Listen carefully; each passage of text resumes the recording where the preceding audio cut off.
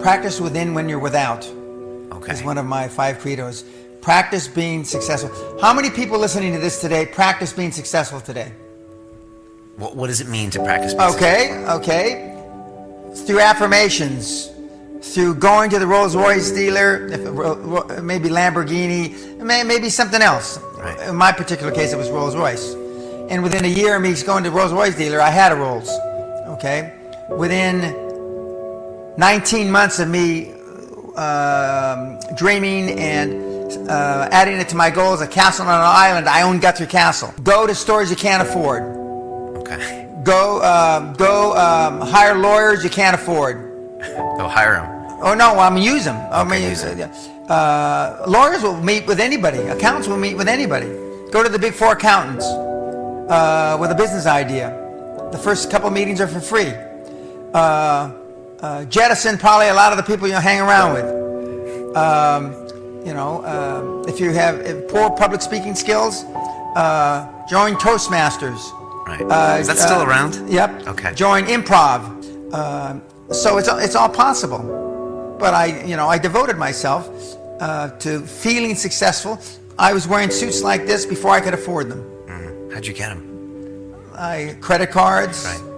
So, as they say in Hollywood, act as if. Correct. In a way, okay. Correct. Right. If you could pick up the phone and make a phone call to the 20-year-old Dàn Pena, that's almost 50 years ago, right? 64, 63, something like that. What advice would you give that young man? It's the same advice that I give and the best advice that I got. Just do it. That's it.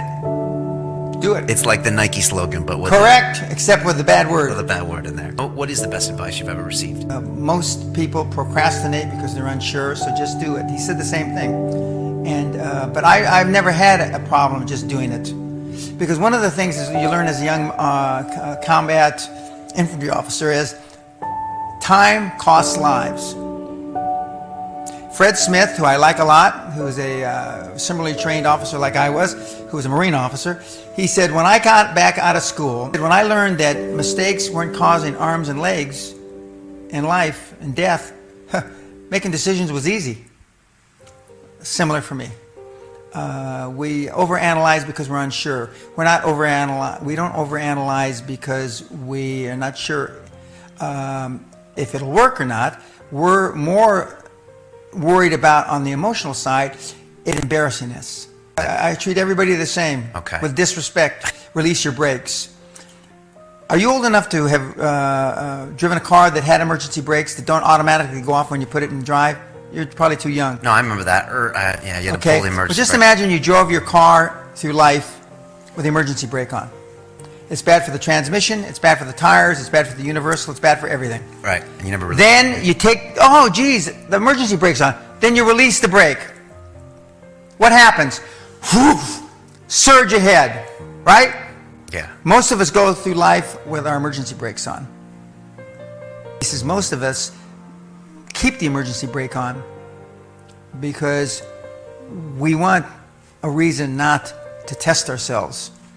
I've tried a lot of things. Nobody's failed at more things than I have, and the first 100 million are successes, but I could write a book about failures that would be like Churchill's volumes, The History of World War II. I mean, because I've tried a lot of different things. Because failure is just testing. And one of the reasons I've been so successful in generating this equity and value in my kids, and I call you all kids, is because I convince them that making a mistake is okay. Your parents probably told you, you can be anything you want. They did. That's it. It's a very American thing. Yeah, but you can't. You can't. If it's all juxtaposed, you can do anything you want that you have passion for. Because that eliminates most of the crap. Because most people don't follow their dream. You can't have a dream come true unless you have a dream. Now, I still dream. I dream in Technicolor. I say my affirmations and goals every single night. Well, I was taught by some very smart people a long, long time ago. I used to be with the Onassis Group. The CEO of Onassis Shipping, who was the right-hand man for 60 years of Aristotle Onassis. Onassis, right, the Greek shipping. Yeah, he says, Dan, just remember, dress British and think Yiddish. I've never heard that. Yes. But I like that. Yeah. What does that mean? That means, well, dress British. Right. You know, not being braggadocious, but this is a Savile Road suit, you know. Very formal. Yes, and think Yiddish, think in a canny manner, think shrewdly. Nothing derogatory at all. It's a great compliment. Most of you lack the skills to sell your vision with clarity because you don't practice, and the travesty really is because you don't believe enough in it. You just don't. And if what you're trying to finance isn't your dream, isn't your vision, I mean, the banker or the person on the other side of the table sees through it clearly.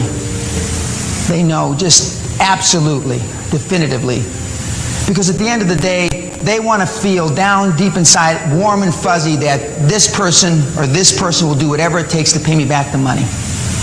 And if you don't believe with all your heart, then you're not going to, you know, go that extra mile. That's what they want to believe. And most of you don't believe passionately in what you're doing.